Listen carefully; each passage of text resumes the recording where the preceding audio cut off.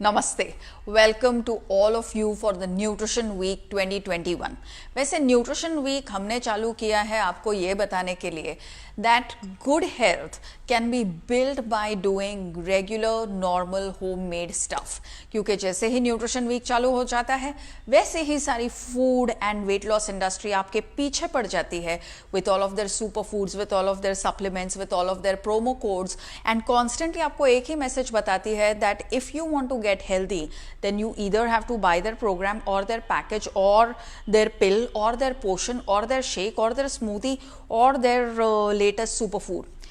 So over the next 7 days my team and I will be talking to you about various topics of interest and we will be sharing all of the home made, home cooked, time tested tips which will help you feel healthier, better, fitter and leaner.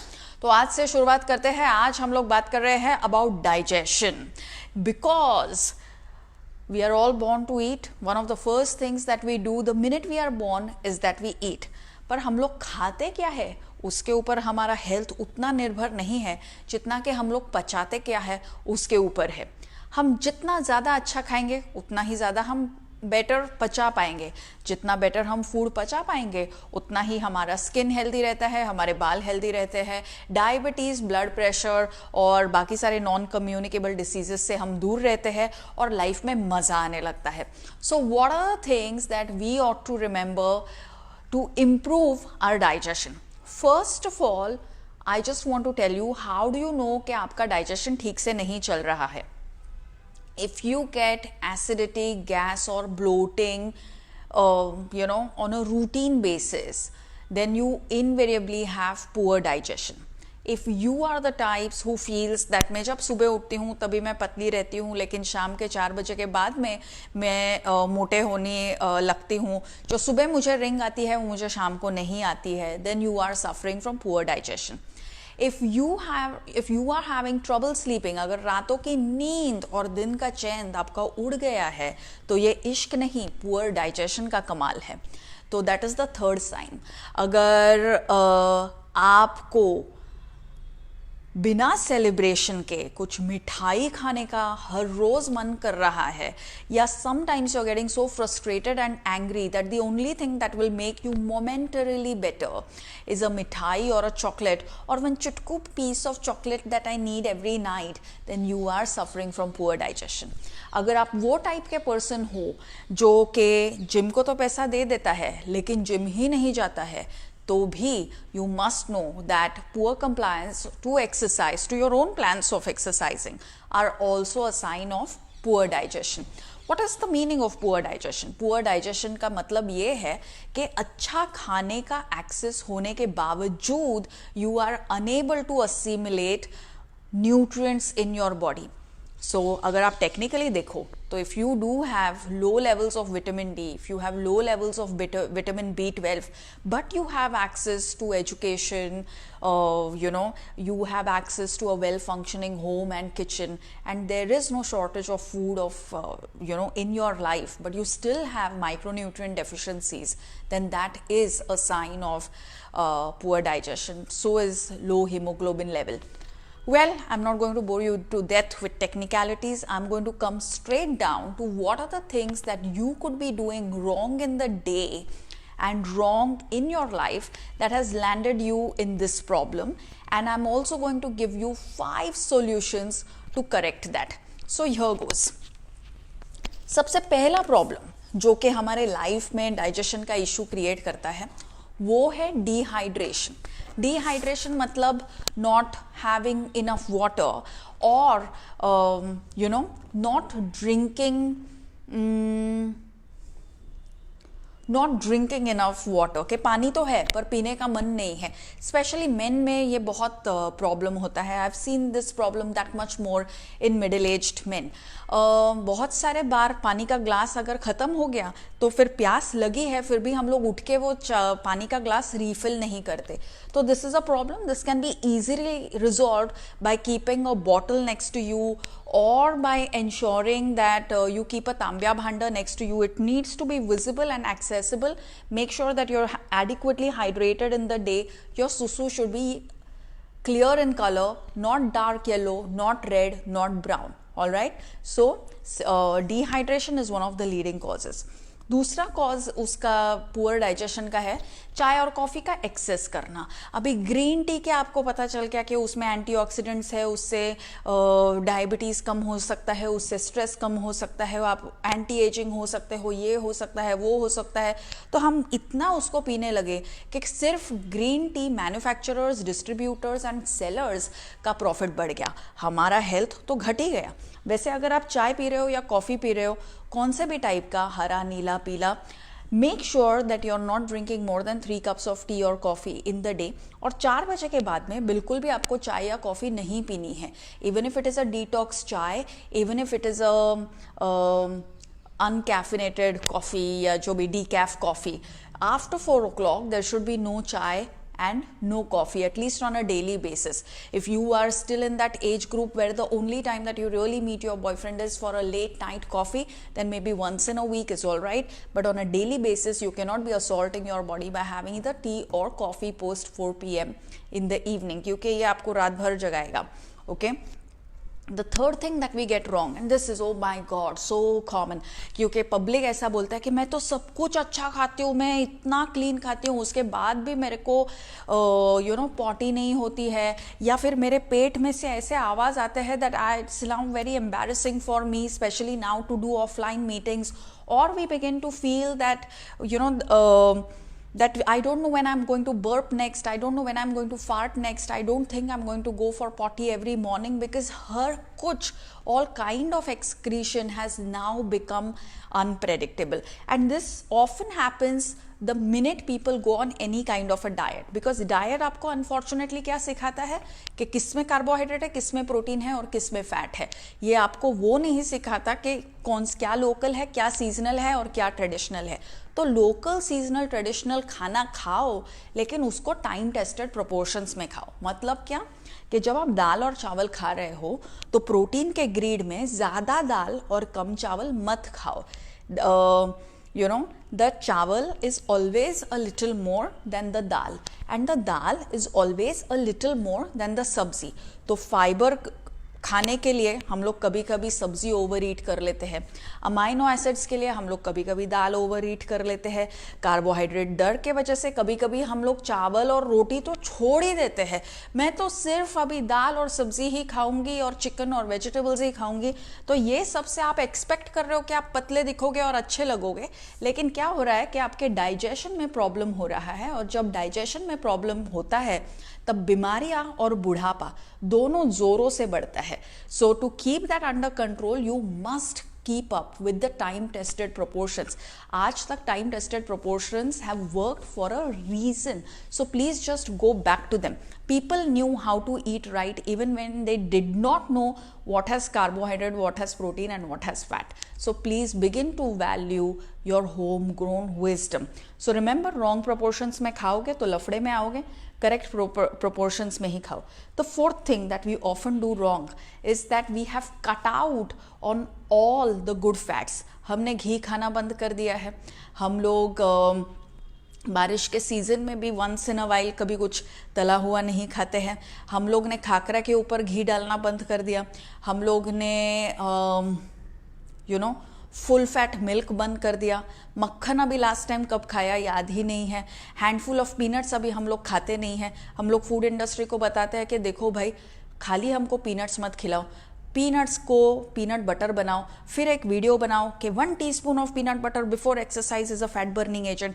फिर हम आपका processed peanut butter खाएंगे, लेकिन जो मूंगफली ताज़ी मिलती है वो हम उसे हाथ भी नहीं लगाएंगे कोलेस्ट्रॉल के डर से. तो ये जो हम लोग का लैक ऑफ अवेयरनेस है, उसके वजह से जो गुड फैट्स है, whether it is coconut, whether it is ghee, whether it is nuts, we are not eating them, और we are eating them in an ultra processed manner. तो ये नहीं चलेगा. आपको टाइम पर खाना पड़ेगा और आपको उसे सही मात्रा में खाना पड़ेगा. क्या है कि जब पब्लिक इसेंशियल फैट्स छोड़ता है तभी वो नॉन इसेंशियल लैक्सेटिव्स पकड़ लेता है.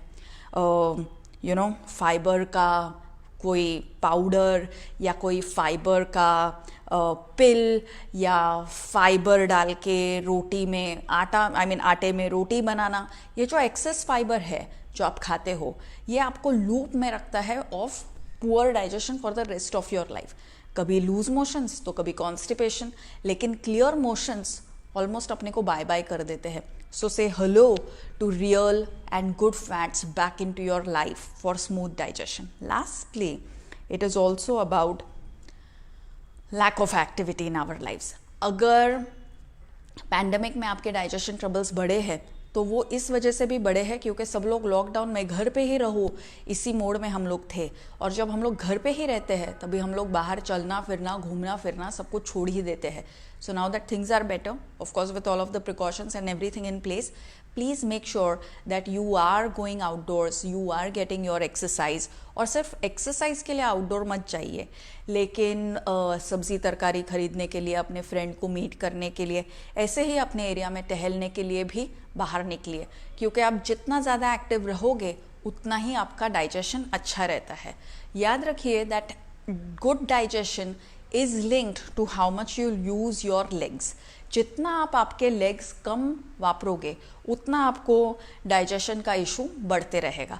तो अगले टाइम से सोफे पे बैठ के, बेटा रिमोट कंट्रोल देना, पानी का ग्लास लाना, बेटा पर्स पकड़ाना, don't do all of those things. If you want good digestion then get up. खड़े रहना खुद के पैरों में आसान सी चीज़ है, और जब आप खुद के पैरों पर खड़े रहते हो और चलते हो तब आपका डाइजेशन भी स्मूथली चलता है। तो जितना आपके पैरों को चलाओगे उतना ही डाइजेशन स्मूथ रहेगा, याद रखिए। So if you ever feel oh God my skin is wrinkling and I am not looking good, what should I do? Use your legs more often, that's all that you should do. All right, तो ये तो हुई things which put you at a risk.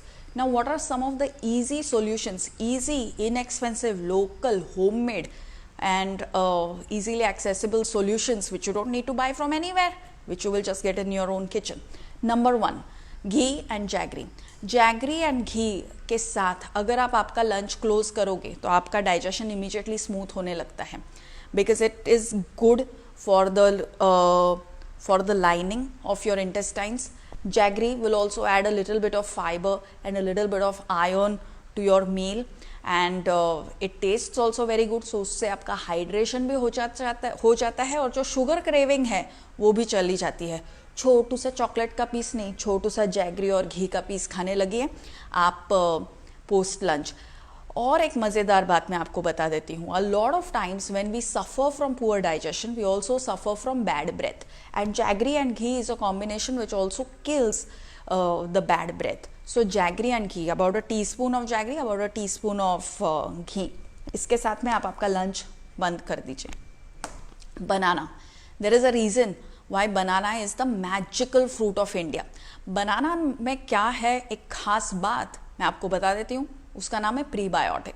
Prebiotic मतलब food for probiotic और good bacteria of your body. अभी probiotic दही हो या ड्रिंक हो तो उसको बहुत सारे एंडोर्समेंट्स मिल जाते हैं और वो मार्केटिंग के लिए इट्स और उसका बहुत सारा मार्केटिंग हो जाता है बाय द फूड इंडस्ट्री. लेकिन प्रीबायोटिक आप जब तक नहीं खाते हो तब तक you will not be able to keep the colonies of healthy bacteria alive and thriving and in your system. अभी हमारे फार्मर्स जो है वो फूड इंडस्ट्री का या इंग्लिश में इसमें प्रीबायोटिक है ऐसा आपको बोल नहीं पाते हैं. वो सिर्फ आपको केला बेचते हैं हर जगह पे, स्टेशन पे बेचते हैं, रेडी पे बेचते हैं, स्कूल के बाहर बेचते हैं, आपके कॉलोनी में आके भी बेचते हैं. तो उनसे आप बनाना खरीद लीजिए और दिन की शुरुआत आप बनाना से कर सकते हो, या लंच और डिनर आप बनाना के साथ एंड कर सकते हो, या शाम के 4 और 6 बजे के बीच में आप बनाना खा सकते हो. अगर आप बनाना खाओगे तो your gut bacteria begins to thrive and your digestion improves. तो ये जो शाम को आप फुल रहे हो और सुबह को जो आप सूख रहे हो वो प्रोसेस बंद हो जाएगा and you will feel slim and trim and healthy and fit for the entire day. कैसा लगा ये आइडिया? थर्ड, दही एंड रेजिन्स. आपने जितने भी लोगों ने फिटनेस प्रोजेक्ट देखा है आपको तो ये पता ही है. दही and resins is a combination of probiotic and prebiotic bacteria. ये हमारे दादी नानी की एंडोर्स्ड रेसिपी है. इससे अगर आपको डकारे आती है या रात को आपकी नींद खुलती है गैस के वजह से, या फिर अगर आपको IBS वगैरह का भी प्रॉब्लम है, और even if you have PCOD और you simply have a very very weak digestion, तो आपको दही और रेजिन्स बहुत हेल्प करेंगे, क्योंकि इससे आपका हीमोग्लोबिन का लेवल भी चढ़ेगा, इससे आपका B12 का लेवल भी नेचुरली चढ़ेगा without needing a shot. Alright, ये भी आप लंच के बाद खा सकते हो या दोपहर में 3:30-4 बजे ऐसे उसे खा सकते हो, ये आपको घर पर ही सेट करने का है। Alright, the fourth thing that you must remember is that activity आपको आपके लाइफ में वापस लानी है। मतलब ये नहीं that I clock 10,000 steps every day, because क्या है कि आप बहुत ज़्यादा वॉक करोगे ना तो उससे भी प्रॉब्लम है। एक्सरसाइज आपको करनी है, लेकिन उसमें आपको वॉकिंग ओवरडू नहीं करना है as a form of exercise. So in your exercise also include yoga. Yoga में बहुत सारे स्टैंडिंग आसन है, जैसे कि त्रिकोणासन, वीरभद्रासन। All of these are extremely important for the digestive processes. तो अच्छे स्कूल से, ऑथेंटिक स्कूल से योगासन्स सीखिए, एंड उन्हें हफ्ते में 2 से 3 बार तो एटलीस्ट आप करेक्ट टेक्निक के साथ उसे फॉलो कीजिए। With that also ensure that your strength training, because when you don't strength train, then your peristalsis, or the contraction with which the intestines are able to contract and evacuate your bowels, also begins to fall. So you need a strong body, and the only way to get a strong body is to strength train regularly. So whether you choose to do it at home or in the gym, ensure that you're strength training regularly, that you're stretching regularly, that you doing your yoga, and that you are walking around as a means of activity and not just as a means of exercise. All right, news is that there is no scientific evidence to prove that 10,000 steps will actually make you healthy, but yes, walking around and staying active on your feet will make you healthy. So don't get obsessed with a number, work at staying and being light on your feet. That's the only thing. तो अगर घर पर bell बजे, so go and open the door. So small things help. Do those small things for yourself. Lastly, what also comes in the way of our digestion is being too stressed and being too hassled all the time, refusing to take a break, not really napping. Napping is critical, because mostly what happens is that when your digestion goes down, your sleep quality also goes down, and when your sleep quality goes down, your digestion goes down. Napping every afternoon for about 15 to 20 minutes enhances the quality of sleep in the night. It will actually allow you to hit that deep sleep in the night, and when you sleep well, you wake up fresh, and when you wake up fresh, you are ready to let go of everything that you don't need to hold on to, whether it's in your mind or in your stomach. So with that, follow everything that you have learned today, and tune in tomorrow, and we are going to be talking to you about BP and heart health. Jinal from my team will be conducting the live. So I look forward to seeing you all, and I do hope that this nutrition week you learn all the miracles of Indian foods, and you rediscover the joy of your kitchen and feel happy and healthy about yourselves. Thank you very much for watching.